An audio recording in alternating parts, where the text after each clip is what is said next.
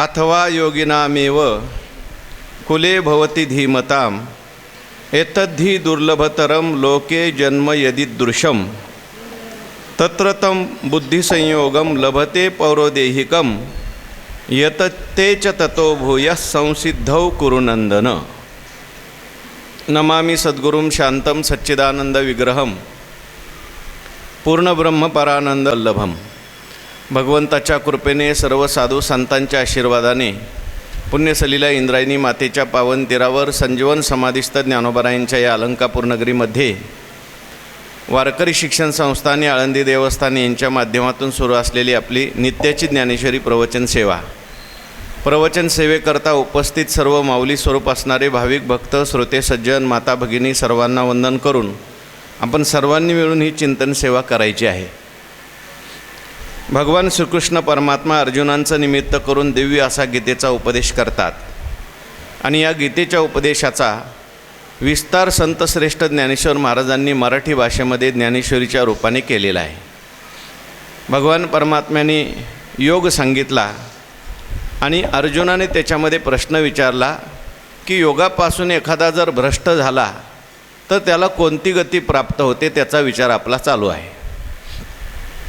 योग भ्रष्ट पुरुष असं म्हणतात, म्हणजे योगाचं साधन तो करतोय पण साधन करत असताना कदाचित अंतकाळ झाला, त्याला मरण प्राप्त झालं किंवा त्याचं काही विचलितपणा निर्माण झाला, योगापासून तो थोडासा ढळला तर त्याला पुढच्या जन्मामध्ये कोणती गती प्राप्त होते असा प्रश्न मुख्यत्वे अर्जुनाने विचारलेला आहे। तेव्हा भगवान परमात्मा त्याचं उत्तर देत असताना सांगतात, काल आपण विचार करून आलो, भगवान म्हटले बाबा चांगलं केलेलं जे असतं ते कधीच वायाला जात नाही।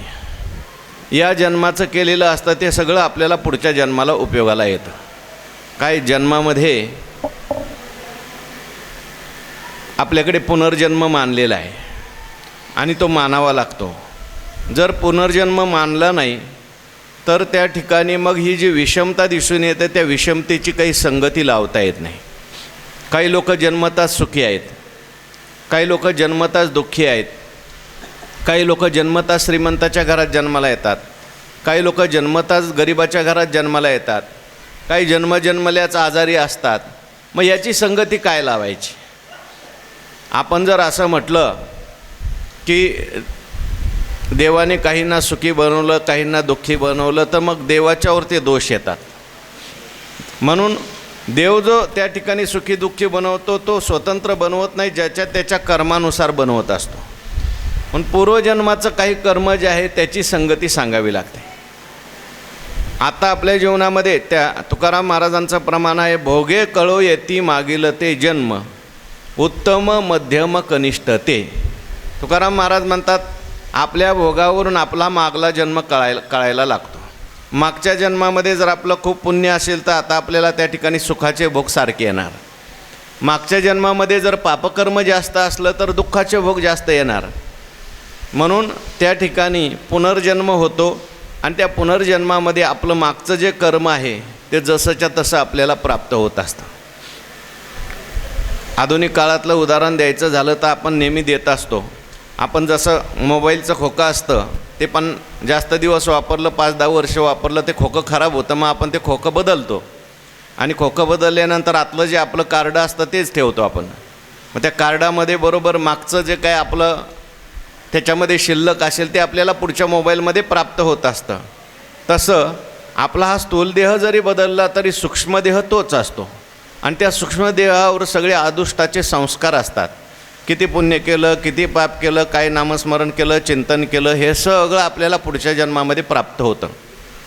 म्हणून तुम्ही बघा काय काय लोक जे आहेत ते जन्माला आल्याबरोबरच त्यांना जास्त अभ्यास करावा लागत नाही, जन्माला आल्याबरोबरच ते परमार्थाकडे प्रवृत्त होतात। माणसाचं जाऊ द्या, काही पशु आहेत काही पक्षी आहेत त्यांचंसुद्धा भाग्य इतकं असतं। मागे मी सांगितलं होतं 1-2 वर्षापूर्वी 3 वर्षापूर्वी आपल्या संस्थेमध्ये कुत्रं आलं होतं। ते कुत्रं असं होतं, पहिल्यांदा इथं बसायचं माऊलीच्या ह्याच्यामध्ये दरवाज्यावर, अजूनही 1-2 आता मी आठवड्यापूर्वी पण पाहिला, एक कुत्रा तिथं दरवाज्यावर बसतो, त्याला किती जरी हाकलं ते कुत्रं जात नाही। तसं ते कुत्रं होतं पूर्वी ते कुत्रं असं होतं की त्याला जर समजा एकादशीच्या दिवशी भाकरी टाकली तर ते खात नव्हतं. कोण? कुत्रं. आणि देहूला दिंडी निघाली की ते दिंडीच्या पुढं चालायचं. बरोबर दिंडीच्या पुढे चालणार. भजन सुरू झालं, कीर्तन झालं की येऊन बसणार. कीर्तन भजन संपलं की निघून जाणार.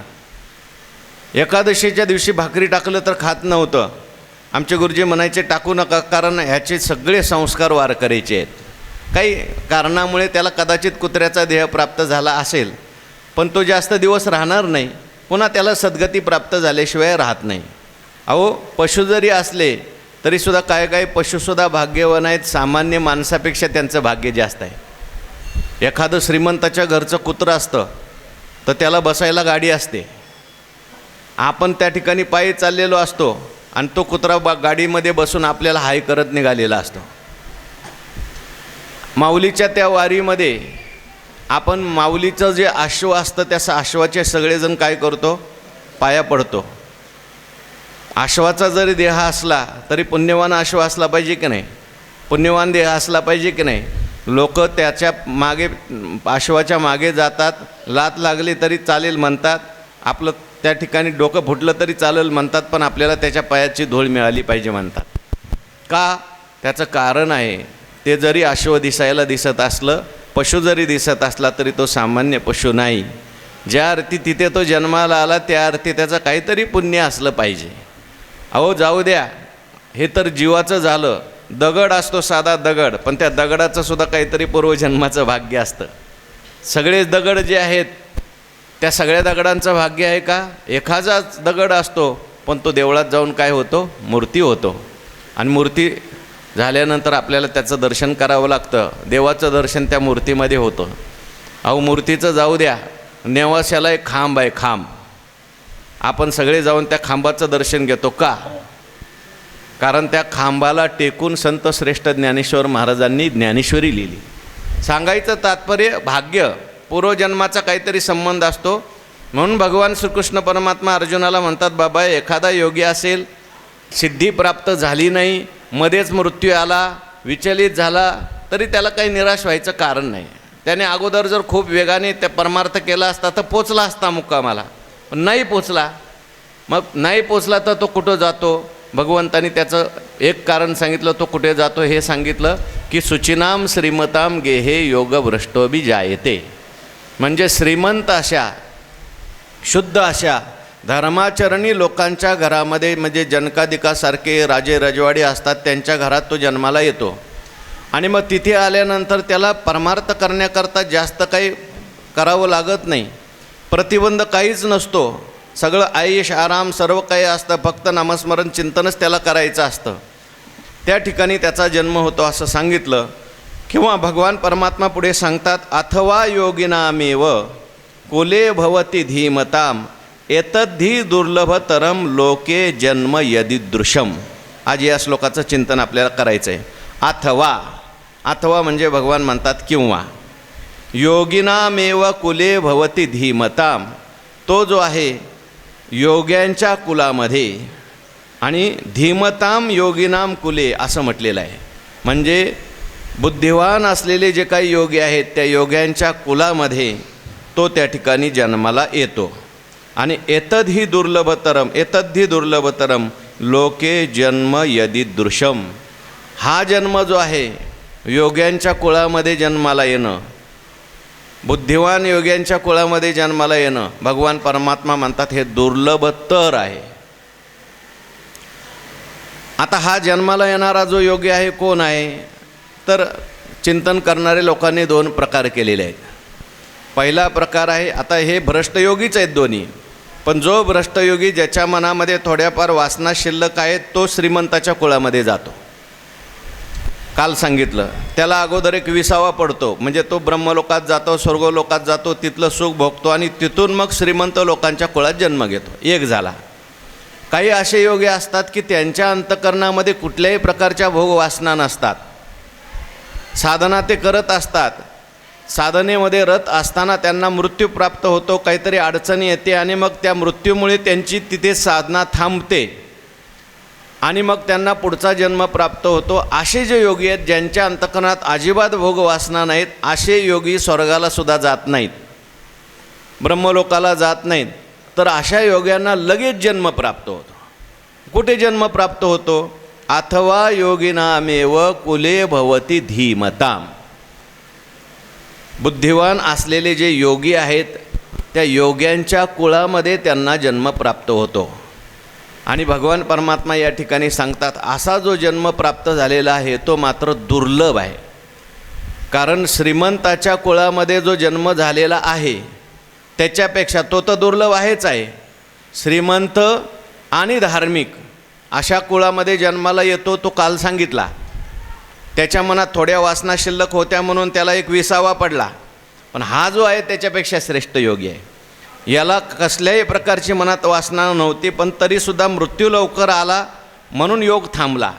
मग हा जो योगी आहे हा योगी मात्र कोणाच्या कुळात जन्माला घेतो? योग्यांच्याच कुळात जन्माला येतो. तो श्रीमंत आणि धार्मिक त्याच्या कुळात गेला होता, हा मात्र कोणाच्या कुळात आला? योग्यांच्या कुळात जन्माला आला.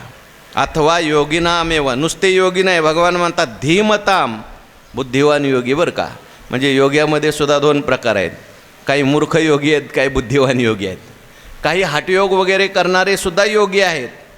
पण बुद्धिवान योगी म्हणजे ज्याला पूर्ण ब्रह्माचं ज्ञान झालेलं आहे, संपूर्ण योग समत्व योग ज्याला प्राप्त झालेला आहे, असे जे योगी असतात अशा योग्यांच्या कुळात योग्यांच्या पोटीच तो जन्माला येतो. म्हणजे एकतर त्यांच्या पोटी जन्माला येईल किंवा त्यांच्या संगतीमध्ये त्यांचा शिष्य होऊन राहील. आपण काल दोन्ही पाहून आलो, एक बिंदुवंश आणि दुसरा नादवंश. बिंदुवंश म्हणजे त्यांच्या पोटी जन्माला येणं आणि नादवंश म्हणजे त्यांचा शिष्य होणं, त्यांच्या सहवासात जाणं. तेव्हा भगवान परमात्मा म्हणतात अशा प्रकारे त्या योग्याच्या कुळात त्याला जन्म प्राप्त होतो. पण हा जन्म जो आहे हा मात्र दुर्लभ तर म्हटलं. याला दुर्लभ तर का म्हटलं? अगोदरचा दुर्लभ आणि हा दुर्लभ तर, त्याची काही कारणं संतांनी सांगितली. याला दुर्लभ तर एवढ्या करता म्हटलं, पहिला जो आहे श्रीमंताच्या कुळात जन्माला आलेला त्याला तरी थोडासा काही प्रतिबंध होऊ शकतो. कारण ऐश आरामाचं सगळं वातावरण असतं आणि अशा वातावरणामध्ये नामस्मरण करायचं, चिंतन करायचं, मग त्याच्यामध्ये त्याला कधीकधी त्या भोगामुळे विषयामुळे थोडा प्रतिबंध योगासाठी होऊ शकतो. पण आता हा जो जन्माला आला आहे तो योग्याच्या कुळात जन्माला आला आहे. आणि सगळ्या टीकाकारांनी असं लिहिलं आहे, हा जो आहे तो योग्याच्या कुळात जो जन्माला येतो तो दरिद्र योग्याच्या कुळात जन्माला येतो. म्हणजे दरिद्राच्या घरी योग्याच्या घरी जन्माला येणं हे दुर्लभतर. कारण आता इथं त्याला कोणतीच अडचण नाही, उलट सगळं अनुकूल वातावरण असतं. पैसा वगैरे असेल, बाकीचं सगळं ऐशारामाच्या वस्तू असतील तर कदाचित तो त्याच्यामध्ये थोडाफार तरी लक्ष देऊ शकतो, विचलित होऊ शकतो. पण इथे आता असं आहे की दारिद्र्यसुद्धा आहे, योग्याची परंपरा घरामध्ये आहे आणि त्यामुळे पहिल्यापासून सगळी प्रतिकूल परिस्थिती संसार करायला आणि परमार्थाला सगळी अनुकूल परिस्थिती असते. त्यामुळे लवकर त्याचा परमार्थ घडतो. म्हणून एतद्ही दुर्लभतरम लोके जन्म यदि दृश्यम असं म्हटलेलं आहे. म्हणजे अशा प्रकारचा जन्म लोकामध्ये फार दुर्लभ आहे. भगवान परमात्मा म्हणतात सगळ्यांना दुर्लभ हा जन्म प्राप्त होत नाही. कारण काही गोष्टी जगामध्ये दुर्लभ सांगितलेल्या आहेत. त्याच्यामध्ये दुर्लभो मानुषो देहो असं म्हटलेलं आहे. कोणत्या कोणत्या गोष्टी दुर्लभ आहेत? एक मनुष्य देह दुर्लभ सांगितलेला आहे. त्याच्यानंतर संतांची संगती ही सुद्धा दुर्लभ सांगितलेली आहे. आणि हा अशा कुळामध्ये जन्माला आलेल्या असल्यामुळे याला सहजच त्या ठिकाणी सत्संग मिळतो. सत्संग म्हणजे काय? याचे वडील असतात, घरातले जे असतात तेच योगी असतात सगळे. कारण सत्संग दुर्लभ आहे. बहु अवघड असे संत भेटी परी जग जेठी करुणा केली. याला मात्र घरामध्येच सत्संग मिळालेला असतो, कुळामध्येच सत्संग मिळालेला असतो. म्हणून असा जन्म जो आहे तो भगवान परमात्मा म्हणतात दुर्लभ तर आहे, दुर्लभ आहे. आता याच्या संबंधाने आपल्याला विचार करायचा झाला तर सगळ्या संतांचं चरित्र जे आहे ते या श्लोकात बसतं बरं का. उदाहरणार्थ ज्ञानेश्वर महाराजांना जो जन्म प्राप्त झाला, हा ज्ञानेश्वर महाराजांचा जन्मसुद्धा अशाच पवित्र कुळामध्ये जन्माला ज्ञानेश्वर महाराज आले. ज्ञानेश्वर महाराजांचे पिताजी जे होते ते सुद्धा फार मोठे विरक्त होते. तीर्थयात्रा त्यांनी केल्या आणि नंतर त्यांनी संन्यास घेतला, एवढे ते विरक्त होते. पहिल्यापासूनच त्यांची इच्छा नव्हती, पण भगवत इच्छेने त्यांचा विवाह या ठिकाणी झाला. म्हणजे असे विरक्तांच्या कुळामध्ये त्या ठिकाणी ज्ञानोबारायांचा जन्म झाला. गैनीनाथांची कृपा त्यांच्या कुळावर पहिल्यापासूनच होती. तुकोबारायांचं चरित्र जर आपण पाहिलं तर तुकोबारायांचा वंशसुद्धा फार पवित्र होता. हो, तुकाराम महाराज म्हणतात ना, माझ्या वडिलाची तुझी चरण सेवा पांडुरंगा. विश्वंभर बाबापासून पंढरपूरची वारी सुरू होती. त्याच्यानंतर तुकोबारायांचे वडील जे आहेत बोलोबा महाराज, कनकाई माता, हे सुद्धा फार भाविक होते, पंढरपूरची वारी करणारी होते. म्हणून त्यांच्या कुळामध्ये तुकोबाराय जन्माला आले. एवढी काय अनुकूल सगळी परिस्थिती नव्हती, प्रतिकूल परिस्थिती होती, पण तो जन्म दुर्लभ सांगितला आहे. कारण लहानपणापासूनच सगळं वातावरण. नामदेव महाराजांचं जर आपण पाहिलं तर नामदेव महाराजांचा जन्म हा थोडासा पहिल्यानुसार घ्यावा लागतो. कारण दामू शेठ होते आणि गोनाई होत्या, त्यांच्या पोटी जन्माला आले. पण तरीसुद्धा आल्यानंतर लगेच भगवंताचं चिंतन. नामदेव महाराज जन्माला आल्याबरोबरच त्यांच्या मुखातून विठ्ठल हा ध्वनी बाहेर पडला. अहो, भगवान साक्षात भगवान परमात्मा ते बारसं करण्याकरता गेले आणि भगवंतानी नाव ठेवलं, नामदेव असं. म्हणून जेवढे काही भगवत भक्त जन्माला आले हे सगळे भगवान परमात्मा त्या ठिकाणी म्हणतात अशाच कुळामध्ये जन्माला येतात. कुळी कन्या पुत्र होती जी सात्विक, तयाचा हरिख वाटे देवा. म्हणून अशा पवित्र कुळामध्ये ते जन्माला येतात. अथवा योगिनामेव कुले भवती धीमताम एतद्हि दुर्लभतरम लोके जन्म यदीदृशम. अशा प्रकारचा जन्म फार दुर्लभ आहे. का दुर्लभ आहे? कारण तिथे तत्रतम बुद्धिसंयोगम लभते पौर्वदेहिकम. भगवान परमात्मा म्हणतात त्या ठिकाणी तो जो योगी आहे त्याला पौरदेहिकम बुद्धिसंयोगम लभते. म्हणजे पूर्वीच्या जन्मामध्ये असलेली जी बुद्धी आहे त्या बुद्धीचा तिचा संयोग होतो. म्हणजे पहिला जो योगी होता त्याला तरी एक विसावा पडला, तो स्वर्गात गेला आणि नंतर पुन्हा त्या ठिकाणी श्रीमंताच्या कुळात जन्माला आला. पण हा जो योगी आहे याला विसावामध्ये पडलेला नाही, हा लगेच त्या ठिकाणी जन्माला आलेला आहे आणि योग्यांच्या कुळात जन्माला आला आहे, श्रीमंताच्या कुळात आला नाही. जे काही योगी आहेत, साधना करणारे आहेत, भक्ती करणारे आहेत, ज्ञानोबारायांनी पुढं लिहिलं आहे ज्ञानस्वरूप असे असणारे आहेत, अशा योग्यांच्या कुळामध्ये तो जन्माला आला आहे. आणि तिथे आल्यानंतर सुद्धा त्याचा पूर्वीचा जो बुद्धीचा संयोग आहे तो त्याला प्राप्त होतो. म्हणजे सगळी पूर्वीची बुद्धी जशीच्या तशी त्याला प्राप्त होते. पूर्वीचं केलेलं साधन तिथून पुढे मग त्याचं साधन सुरू होतं, तिथून पुढे त्याचं चिंतन सुरू होतं. म्हणून भगवान परमात्मा म्हणतात तत्र तम बुद्धिसंयोगम लभते पौर्वदेहिकम यतते च ततो भूयः संसिद्धौ कुरुनंदन. आणि मग पुन्हा तो त्या ठिकाणी योगा करता प्रयत्न करतो. सम्यक प्रकारची सिद्धी, आपलं राहिलेलं जे ध्येय आहे परमात्मा स्वरूपाची प्राप्ती आहे त्याच्याकरता लगेच त्याचे प्रयत्न सुरू होतात. त्याला त्या ठिकाणी वाट बघावी लागत नाही. ज्ञानोबारायांनी पुढे सगळं वर्णन केलं आहे. म्हणून हा सुद्धा एक योग्याचा जन्म आहे. तू जो प्रश्न विचारला होता की पुढं काय होतं त्या योग्याचं, तर जे असे योगी असतात त्यांना एकतर श्रीमंताच्या कुळामध्ये धार्मिक कुळात जन्म मिळतो, अतिविरक्त असेल तर त्याला योग्याच्या कुळात जन्म प्राप्त होतो. आणि योग्याच्या कुळात जन्माला आल्यानंतर पूर्वीची सगळी बुद्धी त्याला प्राप्त होते, पूर्वीचा सगळा अभ्यास त्याला प्राप्त होतो आणि प्राप्त झाल्यानंतर पुढे त्याचा अभ्यास सुरू होऊन जातो.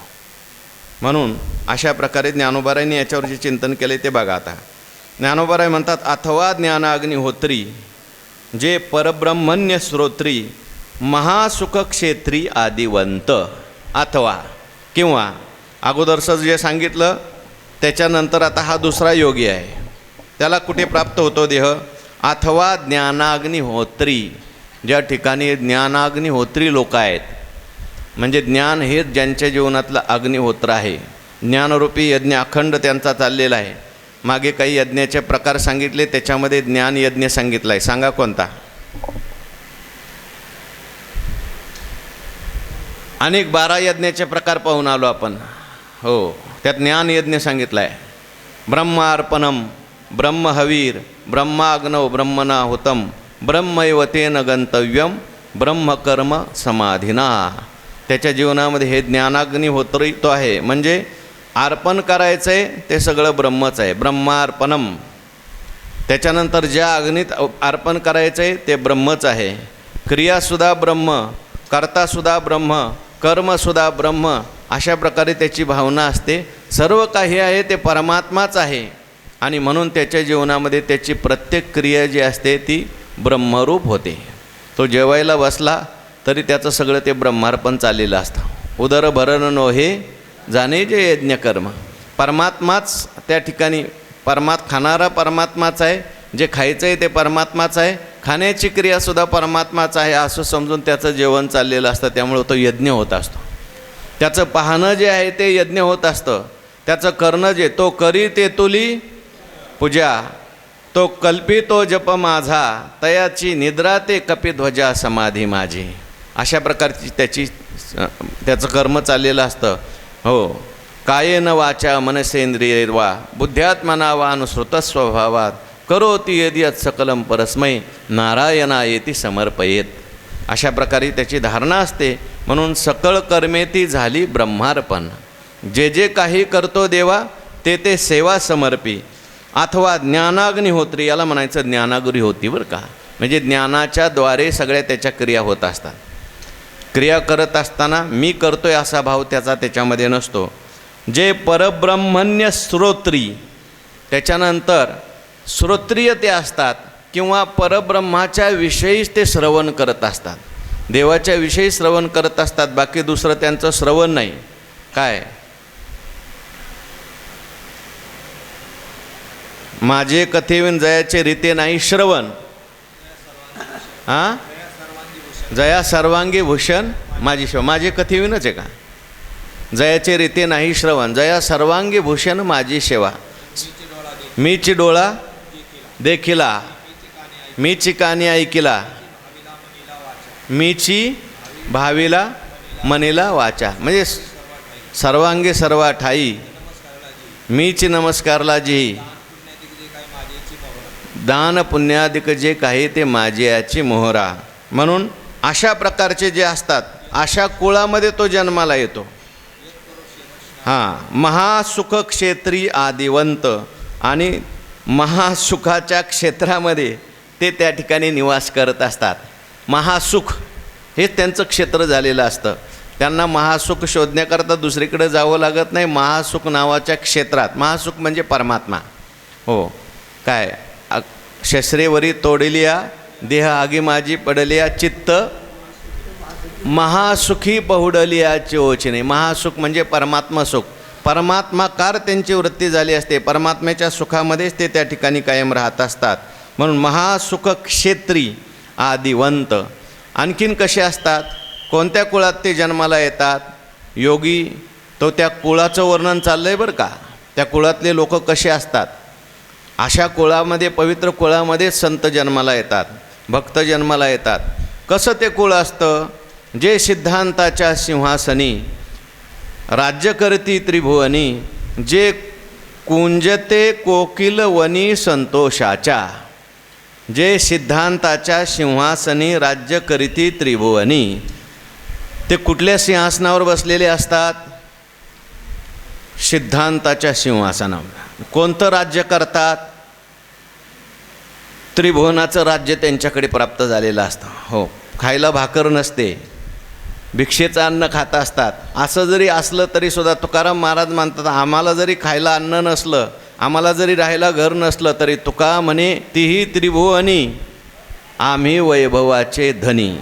तुकाराम महाराज म्हणतात, आम्हाला तुम्ही सामान्य समजू नका, आम्ही त्रैलोक्याचे राजे. तुका म्हणे आम्ही राजे त्रैलोक्याचे, संपूर्ण त्रैलोक्याचे आम्ही राजे झालो. तर का एवढे राजे झाले? तर ज्ञानोबा सांगतात, जे सिद्धांताच्या सिंहासनी, सिंहासनावर बसले. पण कुठल्या? सिद्धांताचं सिंहासन. आता हे सिद्धांताचं सिंहासन कोणत्या बाजारातून आणलं काय माहिती. सिद्धांत म्हणजे काय आणि त्या सिद्धांताचं सिंहासन म्हणजे काय? तर सिद्धांत शब्दाचा अर्थ आहे परमात्मा. सिद्ध, जो सिद्ध आहे, आणि अंत शब्दाचा अर्थ आहे निश्चय. सिद्ध असलेला जो परमात्मा आहे त्याच्याविषयी असलेला निश्चय त्यांचा झालेला असतो. परमात्मा हा साध्य आहे का सिद्ध आहे? सिद्ध आहे. बाबुळीचे सारावे हाते, पाणी तव असे आयते, अबरची जावे गगनते सिद्धची की. हो, शेवाळ बाजूला सारलं की पाणी असतंच, ढग गेले की त्या ठिकाणी आकाश असतंच. तसं अज्ञान गेलं की परमात्मा आहेच, अहंकार गेला की परमात्मा आहेच. असा सिद्ध असलेला परमात्मा, त्या सिद्ध परमात्म्याच्या संबंधाने निश्चय झाला म्हणून त्याला सिद्धांताच्या सिंहासनावर ते बसले. जीव परमात्मा दोन्ही बैसोनी ऐक्यासनी, जयाच्या हृदय भुवनी विराजती. किंवा सिद्धांत शब्द आणखीन ठिकाणी आलेला आहे, सिद्धांत शब्द बरं का. आणि महासिद्धांतापाशी श्रुती हरपती शब्देशी, काय पुढं? महासिद्धांतापाशी श्रुती हरपती शब्देशी, जैसिया सगंधा आकाशी वात लहरी. ज्याप्रमाणे आणि महासिद्धांतापाशी श्रुती हारपती शब्देशी. महासिद्धांत म्हणजे परमात्मा. परमात्म्याजवळ सगळ्या श्रुती ज्या असतात त्या शब्दासहित हरपून जातात. शब्द तिथपर्यंत जात नाही परमात्म्यापर्यंत. श्रुती नेती नेती म्हणती एकू गोविंदपुरे. म्हणून जे सिद्धांताच्या सिंहासनी, सिद्धांताच्या सिंहासनावर ते बसले म्हणजे परमात्मा स्वरूप ते झाले. आणि त्याच्यामुळे राज्य करीती त्रिभुवनी. आता त्यांचं राज्य कुठपर्यंत आहे? त्रिभुवनामध्ये. ज्याला परमात्मा स्वरूपाची प्राप्ती झाली, परमात्म्याचं राज्य कुठपर्यंत आहे? त्रिभुवनामध्ये आहे. राज्य, राज्य म्हणजे काय? सत्ता. सत्ता धन्याची गी मायबाप असं म्हटलेलं आहे. किंवा अवघी सत्ता आली हाता, नाम याचा खेचरदाता. नामदेव महाराज म्हणतात आता सगळी सत्ता आमच्या हातात आली. याचा अर्थ काय झाला की सगळ्या जगामध्ये परमात्म्याची सत्ता आहे. आणि हा परमात्मा स्वरूप झाल्यामुळे आता सगळ्या जगामध्ये याचीसुद्धा सत्ता. परमात्मा रूप हा झाला. देव आगा जेवढी माझी व्याप्ती, तेवढीच तयाची प्रतीती, बहुधा कार्य वर्तिती बहुची होणी. जेवढी व्याप्ती परमात्म्याची आहे तेवढे हे झाले. म्हणून आता सगळीकडे ते म्हणतात त्याची सत्ता, याची त्रिभुवनावर सत्ता. भले लौकिक दृष्टीने त्याला राहायला घर नसेल, लौकिक दृष्टीने एका दिवस अन्नही खायला नसेल, पण आत्मदृष्टीने तो काय स्वतःला समजतो? हो, आम्ही त्या ठिकाणी ब्रह्मरूप आहे, परमात्मा स्वरूप आहे. आपण नेहमी तुकाराम महाराजांचं वर्णन सांगतो. तुकाराम महाराजांना जेव्हा शिवाजी महाराजांनी मोहरा पाठवल्या, काही नजराना पाठवला, तेव्हा तुकाराम महाराजांनी सांगितलं, महाराज आम्हाला ह्याची काही गरज नाही. दिवट्या छत्री घोडे हे तो बऱ्यात न पडे, आम्हाला काय याची गरज नाही. अहो घ्या, तुमचा संसार थोडासा आता मोडका आहे, तुम्हाला काहीतरी मदत होईल, गरज होईल. असं म्हटल्यानंतर तुकाराम महाराज म्हटले, अहो तुम्हाला काय वाटतं आम्ही काय गरीब आहे का? हो, अहो आम्ही त्रैलोक्याचे राजे आहे. असं म्हणतात. तुकाराम महाराजांनी आपल्या सामर्थ्याने भंडारा डोंगर तुकाराम शिवाजी महाराजांना सोन्याचा करून दाखवला. म्हणजे त्यांची सत्ता पंचमहाभूतावर पण चालते, त्यांची सत्ता सर्व ठिकाणी आहे. आणि आत्मरूपाने त्यांची सत्ता सर्व ठिकाणी आहेच. त्यामुळे स्वतःला ते दुर्बल समजत नाही. ज्याला ज्ञान प्राप्त झालं, ज्याला परमात्मा प्राप्त झाला, तो स्वतःला हीन समजेल का? तो म्हणतो आता मला जरी लौकिक दृष्टीने हे नसलं ते नसलं तरी अरे परमात्मा स्वरूप मी झालो. मागे मी गोष्ट सांगितली होती, ते एक रामतीर्थ नावाचे संत होते, आपले संन्यासी होते. आणि संन्यासी असताना एकदा ते परदेशात जायला निघाले. परदेशात जायला निघाल्यानंतर बोटीने जायचं होतं, तिकीट काढायला गेले. तिकीट काढत असताना जो तिकीट देणारा होता तो म्हणायला लागला, स्वामीजी तुम्ही फार भाग्यवान आहे. म्हणजे कसं काय? अहो तुम्ही ज्या बोटीने चालले त्या बोटीने त्या परदेशातला राजा चाललेला आहे म्हणे, त्या राजाबरोबर तुम्ही चालले. ते म्हणले मग माझं तिकीट रद्द करा म्हणे. का बरं? मी उद्या जाईल म्हणे. म्हणजे का बरं? म्हणजे 2 राजा एका बरोबर नाही जात म्हणे. अहो म्हणजे तुमच्याकडं तर त्या ठिकाणी काहीच नाही म्हणले, कमंडलो आहे म्हणले. हे बाकी काही नसलं, माझं मन मी जिंकलेलं आहे, मी तृप्त झालेलो आहे. अहो तो राजा जरी असला, बाकीचं सगळं त्याला असलं तरी हाय हाय संपली का अजून? आमची सगळी हाय हाय संपलेली असल्यामुळे आम्ही राजे आहोत. तो का म्हणे आम्ही राजे त्रैलोकीचे. म्हणून अशा प्रकारे तो सिद्धांताच्या सिंहासनावर बसला. राज्य करती त्रिभुवनी, तयाच्या ज्ञाना पाठीपोट नाही अर्जुना, वायू जैसा गगना सर्वांगी असे. असं ज्ञान त्यांना झालं. जे कुंजते कोकिल वनी संतोषाच्या, त्या ठिकाणी ज्ञानोबरायांच्या उपमा बघा. कुंजते कोकिल वनी संतोषाच्या, संतोषरूपी वनामध्ये कुंजन करणारे ते आता कोकिल. म्हणजे हे कोणाचं वर्णन चाललं आहे? हो काय माहिती कोणाचं चाललं आहे, काहीतरी चाललं आहे ज्ञानेश्वरीत. कोणाचं चाललं आहे? अहो ज्या कुळामध्ये योगी जन्माला येतो त्या कुळाचं वर्णन चाललं आहे, काय गोष्ट नाही चालली, कथा नाही चालली. म्हणून ज्ञानेश्वरी बघा, ज्या कुळात योगी जन्माला येतो ते कुळ कसं असतं त्याचं वर्णन चाललं आहे. जे कुंजते कोकिल वनी संतोषाच्या, कसे लोक असतात त्या घरातले, त्याचे आईवडील कसे असतात? कुंजते कोकिल वनी संतोषाच्या, संतोषाच्या वनात कुंजन करणारे कोकिल. ज्ञानेश्वर महाराजांची उपमा आहे. वन कोणतं आहे? संतोषाचं आहे. म्हणजे तिथं संतोषाला काही कमीच नाही, इतका संतोष, असा संतोष. संतुष्ट सततम योगी, बोला हां. वर्षयेवेन सागरू, जैसा जळे नित्य निर्भरू, तैसा निरुपचारू संतोषी जो. त्याला संतोषाला दुसऱ्या काही पदार्थाची गरज नाही. जसा समुद्र असतो, पाऊस पडला काय, दुष्काळ पडला काय, तो भरलेला असतो, तसा हा आत्मानंदामध्ये संतुष्ट असतो. असे त्याचे आईवडील असतात, असे त्याच्या घरातले लोक असतात. आणि संतोषरूपी वनामध्ये ते कुंजन करतात. कोकिळ, त्यांना कोकिळ असं म्हटलं आहे. कोकिळी जी असते ते, कोकिळीची उपमा त्यांच्या घरातल्या लोकांना का दिली? कोकिळ जी आहे ती फार मधुर मधुर आवाज करते, सुंदर गायन करते. तसं त्या सगळ्यांचं बोलणं कसं असतं? कावळ्यासारखं नाही, मधुर बोलणं असतं. अशा घरात तो जन्माला येतो. हो. साळुंखी मंजूळ बोल तसे वाणी, हां असे बोलत असतात. ज्ञानेश्वर महाराजांनी आवडता पक्षी कोकिळ आणि नावडता पक्षी कावळा, गोबड. म्हणून कोकिळची उपमा दिली की बाबा त्यांचं बोलणंसुद्धा कसं असतं. हो. साचा आणि मवाळ, मितले आणि रसाळ, शब्द जैसे. पुढं बोलण्याचं बोला, लगेच पटापट बोलण्याचे ओवे आले पाहिजेत. त्यांचं बोलणं कसं असतं, त्या बोलण्यासाठी ज्ञानोबरायांनी किती ठिकाणी ओव्या लिहिलेल्या आहेत. हां. मरिसता होय मायबाप, अशा प्रकारे त्यांचं बोलणं असतं. तुकोबरायांच्या भाषेत मधुरा वाणी ओठी, तुका म्हणे वाव पोटी, असं त्यांचं बोलणं असतं. अशा लोकांच्या घरात तो जन्माला येतो. कोण? भ्रष्ट योगी, ज्याने योगाची साधना केली तो या ठिकाणी येतो. मग पुढं काय होतं ज्ञानोबराय त्या ठिकाणी सांगतात. अशा घरी तो जन्माला येतो. जे विवेकग्रामीचे मुळी, बैसले आहाती नित्य फळी, तया योगियांचे कुळी जन्म पावे. कुळ कसं असतं ते? जे विवेकग्रामीचे मुळी, बैसले आहाती नित्य फळी. कोकिळ वर्णन केलं ना. आता कोकिळ जी असते कुठल्या तरी झाडावर बसलेली असते. मग त्या घरातले जे लोक असतात ते कोणत्या झाडावर बसून त्या ठिकाणी मधुर बोलत असतात? विवेकग्रामीचे मुळी, बैसले आहाती नित्य फळी.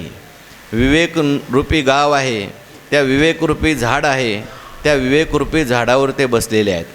विवेक शब्दाचा अर्थ आहे नित्य वस्तू विवेक. त्यांच्या जीवनामध्ये नित्यानित्य वस्तू विवेक झालेला असतो. परमात्मा स्वरूपाचा निश्चय झालेला असतो. एक परमात्माच खरा आहे, बाकी सगळं काही खोटं आहे असा विवेक त्यांच्या जीवनामध्ये झालेला असतो. हो. तुका म्हणे तूची खरा, एर वावगा पसारा, अशा प्रकारचा निश्चय केलेले जे लोक असतात, हो, ते विवेकाचे गाव अनेक ठिकाणी म्हटलेले आहे. परब्रह्मीचे स्वभाव, हो, किंवा संत तेथे विवेका असणे कीजे. अशा प्रकारे त्यांच्याकडे विवेक असतो, विवेकाची दृष्टी त्यांच्याकडे असते. आणि अशा विवेकाचे मुळी बैसले आहाती नित्य फळी. त्या विवेकरूपी वृक्षाला फळ जे येतं ते नित्य फळ येतं बरं का. विवेकातूनच परमात्मा स्वरूपाची प्राप्ती होत असते. परमात्मा हे नित्य फळ आहे की नाही. विचारात जायते बोधा असं म्हटलेलं आहे. सारासार विचार करा उठाउठी, नामधरा कंठी, हो, तैसे विचारता निरसले, प्रपंच सहज सांडविले, मग तत्वता तत्व उरले ज्ञानी. असे हे फळ आहे. जे आपण पे करोनी निर्लेप प्रपंचाचे घेतले माप, साचची स्वरूप होऊन ठेले, परमात्मा स्वरूप ते होऊन ठेलेले असतात. हे नित्य फळ आहे. नित्य फळ म्हणजे हे फळ कधी नष्ट होणारं नाही.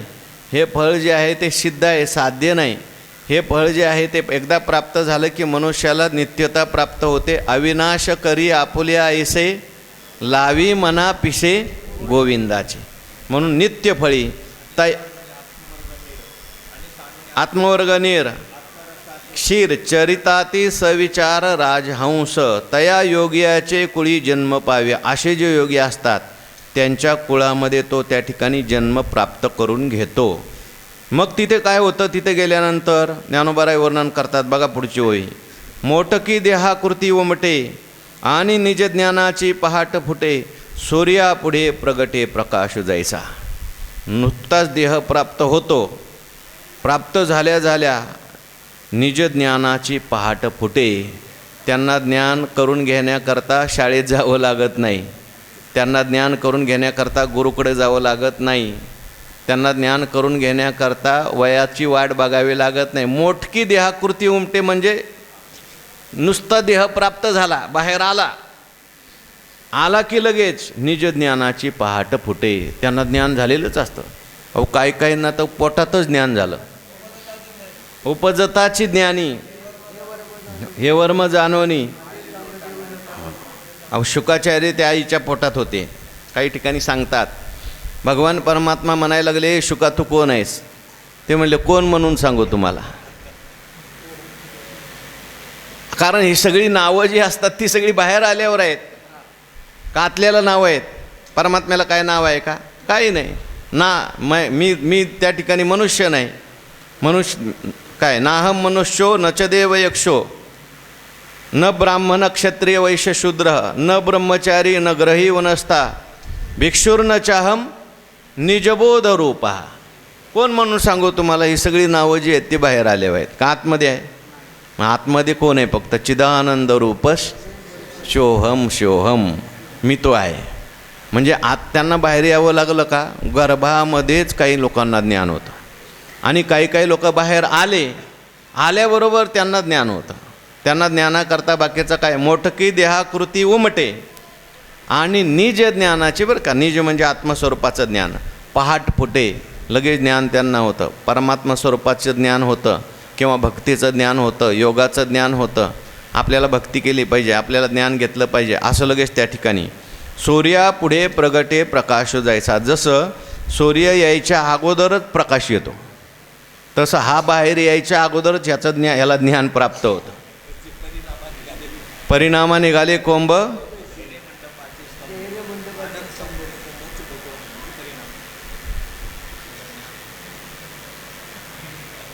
ज्ञान अगोदर होतं. ज्ञान ते रामदास स्वामींचं सांगतात.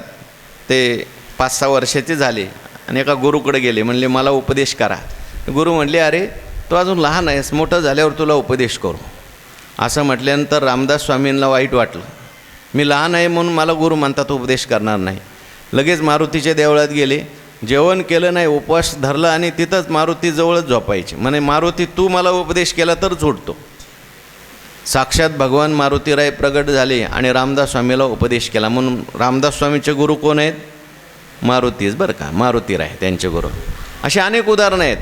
म्हणजे त्यांना जन्माला आल्याबरोबरच ज्ञान, दुसरं ज्ञानासाठी काय जावं लागलं नाही कुठे. आता ज्ञानोबारायांना ज्ञान घेण्याकरता कुठं शिकलेलं असं आपल्याला दिसून येतं का? यांच्याकडे जाऊन शिकले, त्यांच्याकडे जाऊन शिकले? काही नाही. उपजताची ज्ञानी हे वर्म. हां, तयाचे अवयव ते सुखाचे कोंब, एर मनुष्यपणे ते भांब लौकिक भाग. तैशी दशेची वाट न पाहता. दशेची वाट पाहावी लागते का? आपल्याला दशेची वाट पाहावी लागते. बाळपण असतं, थांबा आता शाळेत घालू नका त्याला, 5च वर्षाचं आहे, त्याला कशाला शाळेत घालायचं? मग थोडा 5वी नंतर त्याला शाळेत घालतात. बरं 5वीत घातलं तरी लगेच त्याला सगळं ज्ञान होतं का? नाही होत. अहो कुठलं तरी थोडं एखादं ज्ञान होतं. मग 10वीत जातो, नंतर कॉलेजला जातो, नंतर मग आणखीन पुढचं शिक्षण घेतो, तरीसुद्धा ज्ञान अपूर्णच का पूर्ण ज्ञान होतं? अहो जो एखादा त्या शाखेतला शिकलेला असेल तर त्याला त्याच शाखेचं ज्ञान असतं, दुसऱ्या शाखेचं ज्ञान नाही. अपूर्ण ज्ञान. हो, आता एवढे मोठे डॉक्टर आपण जातो पहा, त्यांच्यात सुद्धा प्रकार झालेले आहेत.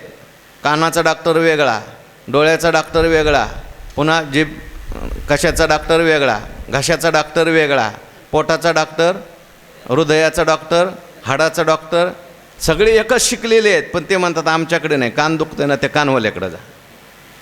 म्हणजे ज्ञानामध्ये सुद्धा त्या ठिकाणी अपूर्णता राहते. तेव्हा आपण एखादं ज्ञान घेतलं, आता मला एखादं ज्ञान आहे, मला काय पूर्ण ज्ञान आहे का? पूर्ण ज्ञान नाही. माझ्या विषयाचं थोडंसं ज्ञान असतं आपल्याला, पण तरी आपल्याला वाटतं आपण ज्ञानी आहे. ज्ञानी नाही. ज्ञानी कोण? हे योगभ्रष्ट असतात ना, त्यांचं ज्ञान बघा तुम्ही, त्यांना सगळं ज्ञान असतं. लौकिकातलं सुद्धा काय काय आता अशी काही मुलं आहेत लहान लहान, हो, त्याला ते गुगल बॉय म्हणतात. त्याला जगातलं काही विचारलं तर ते सांगते. 5 वर्षाची मुलं, 7 वर्षाची मुलं, जगातलं काही विचारा लगेच फटाफट सांगतात. 5 वर्षाची आणि 7 वर्षाची मुलं हे जगातलं काही विचारलं की सांगतात. कसं काय सांगतात? अभ्यास या जन्मातला नसतो, मागच्या जन्मातला असतो. हो, लहान लहान मुलं ज्ञानेश्वरी पाठ करतात. आता मागे आपल्या आळंदीत इथे ओवरीत एक मुलगा बसायचा, त्यांनी ज्ञानेश्वरी पाठ केली आणि गाथाही पाठ केली. 7वी 8वीतला मुलगा ओवरीत बसणार त्याची आई त्याच्याकडून म्हणून घ्यायची ओव्या. अजून आता तो कधी कधी असतो.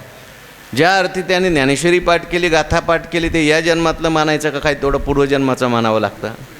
पूर्वजन्माची काही साधना मानावी लागते. त्या साधनेशिवाय लगेच माणसाला सर्व काही प्राप्त होत नाही. तसं आता हे जे साधू संत आहेत, ज्ञानेश्वर महाराजांनी 16व्या वर्षी ज्ञानेश्वरी लिहिली आणि त्या ज्ञानेश्वरीमध्ये सगळी शास्त्रं आणली. आता तुम्ही दृष्टांताच्या नुसत्या ओव्या बघा. भूगोल आलाय, सांगा भूगोलाची ओवी. भूगोलाचं वर्णन ज्ञानेश्वर महाराजांनी केलेलं, भूगोलाची ओवी सांगा ना. तरी उदो असता चेनीप्रमाणे खगोलाची ओवी. जैसे न चालता सूर्याची चालणे, तैसे नैष्कर्माची जाणे कर्मीच असता. अहो, रसायनशास्त्रातल्या ओव्या आहेत, जीवशास्त्रातल्या ओव्या आहेत, प्रत्येक भौतिकशास्त्रातल्या ओव्या आहेत, स्थापत्यशास्त्रातल्या ओव्या आहेत, व्यवहारशास्त्रात नीतिशास्त्रातल्या ओव्या आहेत, अध्यात्मशास्त्रातल्या तर भरपूरच आहेत. प्रत्येक शास्त्र शोधायला तुम्ही गेलं तर सगळी शास्त्रं आणली. का सगळी शास्त्रं आणली? दशेची वाट न पाहता वैशेच्या गावा न येता. त्यांना वयाच्या गावात यावं लागत नाही. बाळपणीच सर्वज्ञता वरीत याते. हो, जसं एखाद्या मुलाचं लग्न व्हायचं असलं तर त्याला थोडंसं मोठं होऊ द्यावं लागतं. 18 वर्षे असतील, काही 20 वर्षाची मर्यादा असते. झाल्यानंतर मग त्याचं दोघांचं लग्न होतं, त्याचा विवाह होतो. तसं सर्वज्ञतासुद्धा लग्न करायला तयार आहे. पण सर्वज्ञता येण्याकरता काही वय जावं लागतं माणसाला. किती वर्ष तपश्चर्या करावी लागते आणि मग सर्वज्ञ होतो. कदाचित झाला तर होतो, नाही तर होतही नाही. चांगदेव महाराज 1400 वर्ष जगले, पण सर्वज्ञ झाले होते का? नाही झाले. फक्त त्यांना योगाचं ज्ञान होतं, बाकीच्याही विद्यांचं ज्ञान होतं, पण योगामध्ये सुद्धा पूर्णता नव्हती. पण हे जे असतात भ्रष्टयोगी, हे मात्र लहानपणीच यांना सर्वज्ञता माळ घालते. यांना मोठं होण्याची गरज नसते. उपजताचे ज्ञानी हे वर्म जाणवणे. आपण आत्ताच म्हणून आलो, अर्थ बोलाची वाट पाहे, अभिप्रावोचे अभिप्रायाते विये, भावाचा फुलवरा होत जाये मतीवरी. पैसायचे तैसे सिद्ध प्रज्ञेचे निलाभे, मनची सारस्वत दुभे, मग सकळ शास्त्रे स्वयंभे निघती मुखे. त्यांना ज्ञानोबाराय म्हणतात ते सिद्ध प्रज्ञेचे लाभे. हे सगळं कसं काही शक्य होतं? सिद्ध प्रज्ञेचे लाभे. त्यांना प्रज्ञा जी प्राप्त झाली ती कुठली प्रज्ञा प्राप्त झाली? सिद्ध. सिद्ध म्हणजे पूर्वजन्मी त्यांनी सिद्ध करून ठेवलेली आहे. पूर्वजन्मी नामस्मरण केलं, त्यामुळं आता जन्माला आल्याबरोबर नामस्मरण करतो. पूर्वजन्मी खूप ज्ञानेश्वरीची पारायणं केली, आता जन्माला आल्याबरोबर शिकलं नाही तर ज्ञानेश्वरी वाचायला लागतं. पूर्वजन्मी खूप भजन केलं, आता जन्माला आल्याबरोबर त्याला जास्त भजन शिकावं लागत नाही, आपोआपच भजन येतं त्याला.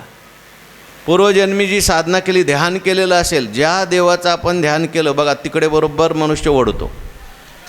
तुम्ही काही विठ्ठलाचे भक्त, काही रामाचे भक्त, काही कृष्णाचे भक्त, काही भगवान शंकराचे भक्त, काही गणपतीचे, काही देवीचे भक्त. असे का? तर ते पूर्वजन्मीच त्यांनी केलेलं असतं. हां, पुंडलिकाशी पूर्व पुण्य केले व माये, विठे लादले विठोबाचे पाय. त्या ठिकाणी हजारो वर्ष त्या ठिकाणी पुण्य त्या विटेने केलं, म्हणून त्या विटेला परमात्म्याचे पाय प्राप्त झाले. म्हणून सामान्य गोष्ट नाही, पूर्वपुण्य असतं. ते पूर्वपुण्यात आपण जो पूर्वी अभ्यास केलेला असतो तो सगळा, त्याच्यामुळे आपली ती बुद्धी तयार झालेली असते. हे जे भ्रष्टयोगी आहेत, थोर केली ती मज आजी फळाशी आली, परमानंदो आजी मानशी भेटी झाली या संताशी. आता इथे सिद्ध प्रज्ञेचेनी लाभे, सिद्ध प्रज्ञेचेनी लाभे, त्यांची जी प्रज्ञा आहे ती सिद्ध झालेली आहे. म्हणजे पूर्वजन्मीच यांनी आपली बुद्धी चांगली तयार करून ठेवलेली आहे. नामस्मरण करून, चिंतन करून, ध्यान करून त्यांची प्रज्ञा एकदम सिद्ध झालेली आहे. आणि ती सिद्ध प्रज्ञा मागच्या जन्मातली बुद्धी त्यांना इथं लगेच प्राप्त होते. आता परत घासाघीस करायची जास्त गरज नाही, आता जास्त अभ्यास करायची गरज नाही. सिद्ध प्रज्ञेचे लाभे मनची सारस्वत दुभे, त्यांचं मनच सगळ्या विद्या ज्या आहेत त्यांना प्रसवतं. सगळ्या प्रकारच्या विद्या मनामध्ये असतात त्यांच्या, म्हणजे शिकायची गरज नाही. आणि पुढे म्हणतात मग सकळ शास्त्रे स्वयंभे निगती मुगे, आणि सगळी शास्त्र स्वयंभू त्यांच्या मुखातून त्या ठिकाणी प्रगट व्हायला लागतात. अनेक विद्या सांगितलेल्या आहेत, अनेक शास्त्र सांगितलेली आहेत. 14 विद्या आहेत. आणि शास्त्र किती आहेत? 6 शास्त्र आहेत. चौवेदी जाण साई शास्त्री कारण, ही 6 शास्त्र आणि 18ही पुराणे हर्षिक. तर त्या सगळ्या विद्या ज्या आहेत, आता विद्यामध्ये 14 विद्या मागे एकदा मी सांगितल्या होत्या. प्रत्येक शास्त्राची विद्या आहे. त्या ठिकाणी हस्तकला नावाची विद्या आहे, नृत्यकला नावाची विद्या आहे, वादन नावाची विद्या आहे. ह्या सगळ्या विद्या आहेत. तर ह्या सगळ्या विद्यांचं जे आहे सगळं शास्त्र असेल, सगळ्या विद्या आहेत यांच्या मनात स्फुरायला लागतात. ही विद्या कशी, ती विद्या कशी, ती विद्या कशी. त्यामुळं त्यांना कोणतीही विद्या शिकायला गुरुकडे जावं लागत नाही. दुसरी महत्त्वाची गोष्ट म्हणजे सगळे शास्त्रसुद्धा त्यांच्या मुखामध्ये नाचत असतात. केली जैशी वदनी ऋग्वेदादी तिनी प्रतिष्ठिती वाघभुवनी, केली जैशी वदनी ब्रह्मशाळा.